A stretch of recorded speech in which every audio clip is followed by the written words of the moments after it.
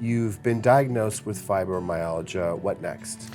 Well, in the conventional world, it's about, we're going to try these. There's 3 FDA-approved drugs for fibro. Now, they use all sorts. You know, it's really kind of a plethora of you know, let's throw stuff in the pot and see what works for these folks. Right. So it's not unusual in conventional medicine, which is oftentimes based on treating symptoms, and there's certainly a time and a place for that. But when you've got a dozen symptoms, if you're not careful, you're on a dozen different drugs. Where do you go first? Right. So you're on a drug to put you to sleep.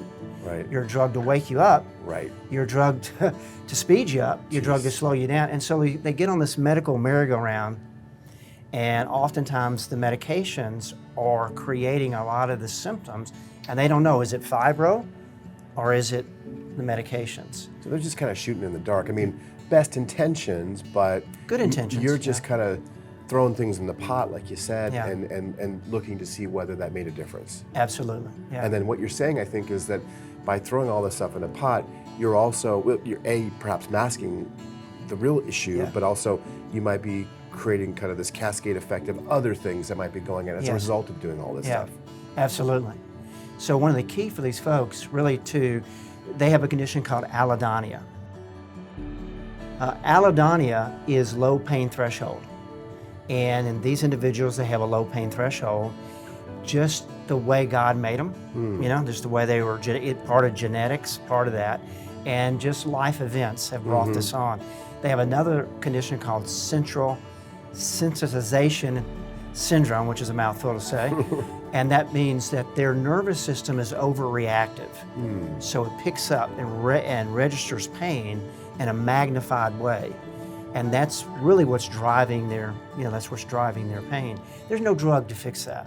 Got it. So in a traditional sense, step 1 is you may or may not be hit with this cacophony of drugs to try to knock it down or do what else. What's step 2? That's it. That's it. That's the traditional way. It's just like... It's terrible. It's terrible. It works, it doesn't work, I'll see you in 6 months, you're crazy, you're lazy, come back later. We're at the point now where rheumatologists who were the first people to put fibromyalgia kind of on the map. The symptoms of fibromyalgia have been around for centuries. You can trace it back. But in 1991 or 92, somewhere in that area, the American College of Rheumatology came up with a criteria to be diagnosed with fibromyalgia. So they were kind of given the baton. These are the people we're going to turn to. They're going to be the specialists for fibromyalgia. We're at the point now where rheumatologists won't even take these folks. Interesting. And why is that? Can't help them. I see. They've just given up. The drug therapy approach alone is a dead end, and they know that. So what they've learned, over a period of time is this person keeps coming back, keeps complaining. They're not getting better. They're getting worse. I don't want to deal with them. Interesting. Yeah. So if the drug approach is proven not to work, you've been diagnosed, what options are available to people that are well-meaning and people that want to get rid of this thing? So always preface this because to get healthy. That is that sounds so simplistic, and it's very complicated because your fibromyalgia is going to be different than the next person's fibromyalgia. There's some commonalities, but there's some key underlying linchpins that need to be corrected. You correct those linchpins, and now you're able to get the body to turn back on and be healthy. I mean, symptoms are a warning sign. Sure. It's like the car light. Waving the hand, going, yeah, something's wrong. So we can cover it up with OxyContin, and we can do pain medications, and unfortunately, pain medications create more problems. Sure. And eventually they quit working. So you have more, you take more and more, stronger and stronger. But if you're 25 years old and you're on fentanyl, where are you going to be when you're 55? Yeah, it's just a mess. Yeah. Maybe it's an overly simplistic question, but how do we get healthy? It's a great question. So it goes back kind of the basics, and that is starting with diet. Diet's the long game, but diet definitely plays a role. For fibromyalgia, genetically, again, just the way God made them, they have less mitochondria than the average person. So the mitochondria are power plants of the cell, trillions of them. And that's what gives us energy, but it also helps us to be able to squash oxidative stress and things that are creating inflammation. but they have less mitochondria, and then the mitochondria they have, many of them are decoupled. I had to think of that term, decoupled, which just means they're not working right. Interesting. And a big thing for these folks really is to get their own innate, inborn healing mechanisms to work like they're supposed to. And so food plays a role in that. There are foods you can eat that might give the mitochondria a hand up.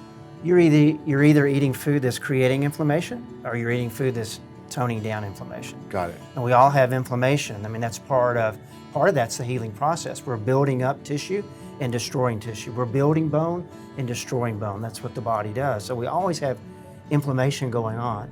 But when you fuel the flames of inflammation and you never dampen that down, that sets up this vicious cycle that you can't get out of. And you combine that with low pain threshold and this central sensitization pain syndrome, it's just magnified to the point that they just can't get out of that pain. Diet is the long game, okay? The short game is changing their biochemistry and their physiology.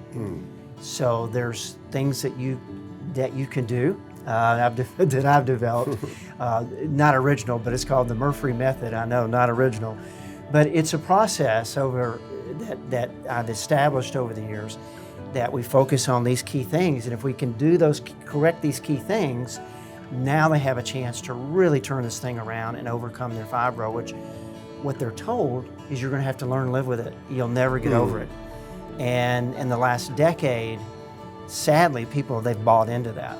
Right. So one of my greatest challenges is getting the message out through my books and seminars and webinars and things that I do that, hey, don't learn to live with it.